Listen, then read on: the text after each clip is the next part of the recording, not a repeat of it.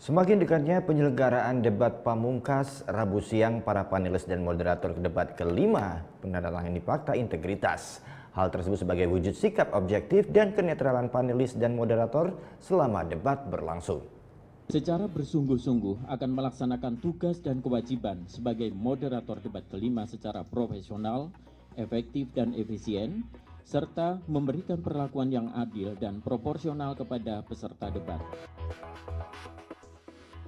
Inilah isi dari fakta integritas yang ditandatangani oleh para panelis dan moderator debat kelima Capres dan Cawapres. Penandatanganan ini sebagai wujud komitmen para panelis dan moderator debat untuk bersikap objektif dan tidak memihak kepada paslon yang sedang berkompetisi.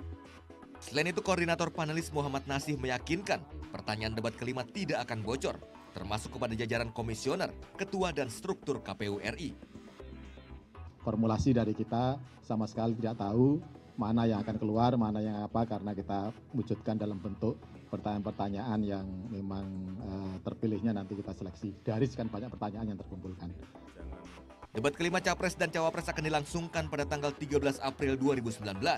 Debat ini menjadi kesempatan terakhir bagi pasangan Capres dan Cawapres untuk memaparkan visi, misi, dan program mereka.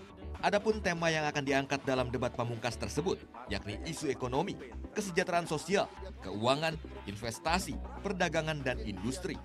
Debat kelima sekaligus menjadi momen terakhir masa kampanye terbuka sebelum momen pemungutan suara dilakukan pada 17 April 2019. Akasya Fiandri, Lukmanul Hakim melaporkan untuk NET.